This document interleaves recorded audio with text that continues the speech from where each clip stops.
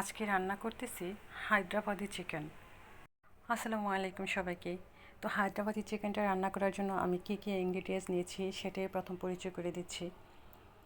আর এগুলো সব dry roast হয়ে যাওয়ার পরে আমি একটা ব্লেন্ডার জারে এগুলো সব ব্লেন্ড করে নেব। আর ব্লেন্ড করার জন্য এখানে আমি একটু পাউডার দুধের সাথে একটু হালকা কুসুম গরম পানি মিক্সড করে একটা দুধ তৈরি করে নিয়েছি।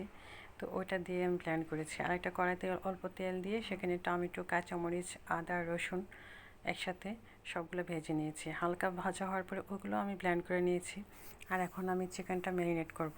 যেই তেলে বেরেস্তা তৈরি করেছিলাম সেই তেলটার মধ্যে আমি মাংসগুলো দিয়ে দিয়েছি। আর এখানে আদা, রসুন, জিরা, হলুদ, মরিচ, লবণ, ধনিয়া সব কিছু একসাথে মিক্সড করে আর যেগুলো পেস্ট করে রেখেছিলাম সে মশলাগুলো দিয়েছি। আর কিছু কাঁচামরিচ দিয়েছি, ধনিয়া পাতা কুচি দিয়েছি। সব কিছু দিয়ে আমি অল্প আঁচে বসিয়ে দিয়েছিলাম।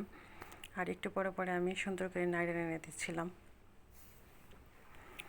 এই তো আমার সব শেষে কী করেছি, আমি অল্প কয়েকটা কাঁচামরিচ মাথাটা ভেঙে দিয়ে দিয়েছি ফ্লেভারের জন্য।